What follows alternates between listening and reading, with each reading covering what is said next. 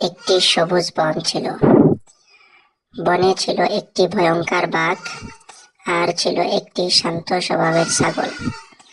বাঘটি সারাদিন শিকার খুঁজতে থাকতো, আর ছাগলটি মনের সুখে ঘাস খেয়ে বেড়াতো।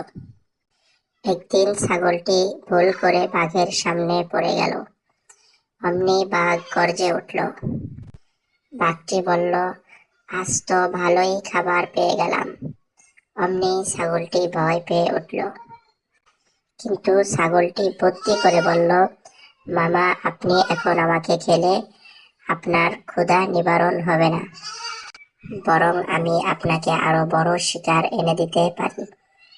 বাঘ অবাক হয়ে বলল, কিভাবে?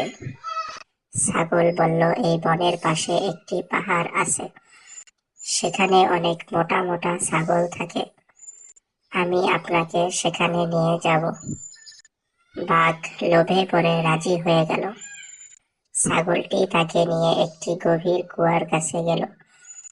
কুয়ার পানিতে বাঘ নিজের প্রতিচ্ছবি দেখে ভাবলো আরেকটি বাঘ আছে। ছাগল বলল, এই যে দেখুন, এই বাঘই আপনার শিকার নিতে চায়। রাগে ফুঁসে উঠে বাঘ কুয়ার মধ্যে ঝাঁপ দিয়ে দিল, আর বের হতে পারল না। ছাগলটি বুদ্ধি করে নিজের জীবন বাঁচালো।